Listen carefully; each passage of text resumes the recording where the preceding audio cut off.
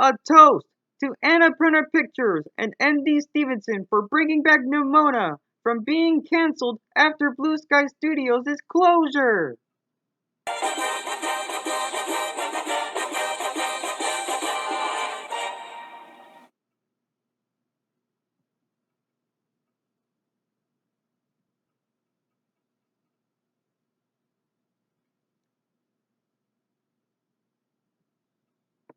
Based on the hit graphic novel of the same name, it follows a teenage shapeshifter named Nimona teaming up with Ballister Boldheart, who is a knight that is framed for a crime that he didn't commit. Now, before I talk about my thoughts on this movie, let's talk about a little bit of history. This movie was originally going to be released by 20th Century Studios through Blue Sky Studios, but due to Disney closing down Blue Sky Studios during the COVID-19 pandemic, it got cancelled. But luckily, last year, it got revived by Annapurna Pictures and Netflix. So yeah. And not to mention, I absolutely admire Andy Stevenson's work, such as this and DreamWorks' She-Ra, which is hands down my favorite show of all time since 2021. But anyways, let's get into my thoughts, shall we? So, I just watched Nimona, which is an animated movie based on the hit graphic novel of the same name by Andy Stevenson on Netflix. And what do I think of it? I didn't like it. I love it! This movie is so faithful to the source material, which is the graphic novel of the same name, of course. Now let me tell you my reasons why Nimona is absolutely metal. Meaning why I love this movie so much, in my opinion.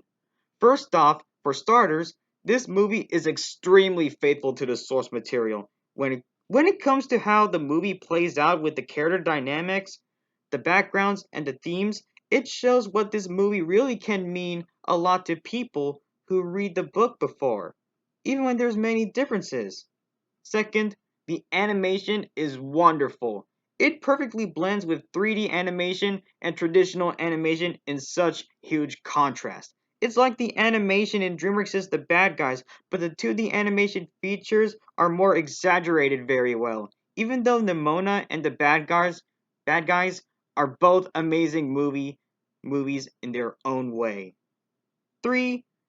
The characters are really well handled and developed, extremely heavy. Especially how complex Ballister Boldheart and Ambrosius Goldenloin's characters are. And not to mention, I really enjoyed Nimona's character as well. 4. The voice acting is so good, even for 2023 standards. I also admire how diverse the voice crew are when it comes to their characters. 5.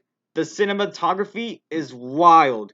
It really shines whenever Ballister Boldheart and Nimona are in a ballistic situation or fight. 6. The soundtrack is pretty good, with the vast majority of punk rock music, especially the end credit song T-Rex by K-Flay, really matched the personality of Nimona's character very well. 7. Nick Bruno and Troy Quane did such an excellent job directing this whole entire movie. And fun fact, they are the same guys that directed Blue Sky Studios' last movie, Spies in Disguise, which is such an underrated movie that I remember seeing it in theaters since the near end of 2019. 8. Even though this movie is thematically intense, the humor is really clever, because several of them are adorable nods to the source material, especially the "I'm not a kid, I'm a shark" line. 9. As someone who is not part of the community, the LGBTQIA plus representation is so strong and top notch. And of course, while it entirely treats it like a normal thing, the ending of the movie shows how strong and brave that the themes in the movie can be without being so judged and naive. It's so important in all of animation. It's so really important. It's really important to see. And last but not least, the medieval slash techno kingdom hybrid setting in the movie looks so visually astounding and creative. It looks more immersive compared to the settings in the graphic novel on the graphic novel that the movie is based on too. Now, before I wrap up my review for this movie, do I have any criticisms for this movie? Well, I think I might have a few criticisms, such as the absence of Dr. Meredith Blitzmeyer from the original graphic novel that the movie is based on.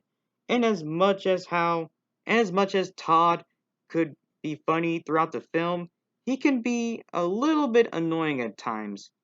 But it's alright.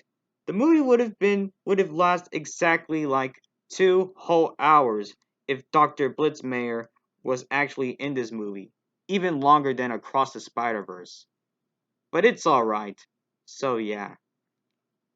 Overall, everyone, this movie is the most Andy Stevenson thing that I've ever seen since DreamWorks' She-Ra, and I love it. And I don't know about you guys, but is my this is now my number one favorite movie of 2023 so far. But I'm positive that Trolls Band Together will top it because, I am a huge fan of DreamWorks' Trolls, and I'm proud.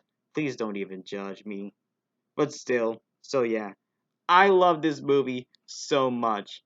Thank you, Andy Stevenson, for everything that you created and developed. Now, without further ado, let's get into my rating, shall we? I'm gonna give Nimona a 9.9 out of 10. So yeah, this concludes my review on Nimona.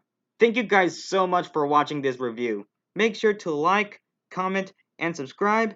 And my next movie that I'm planning to check out during my summer break is certainly gonna be DreamWorks' newest original movie that is totally gonna poke fun out of Disney when it comes to fictional mermaids and krakens. And that is Ruby Gillman Teenage Kraken. So yeah. Thanks for watching, and I'll see you guys next time. I highly recommend this movie.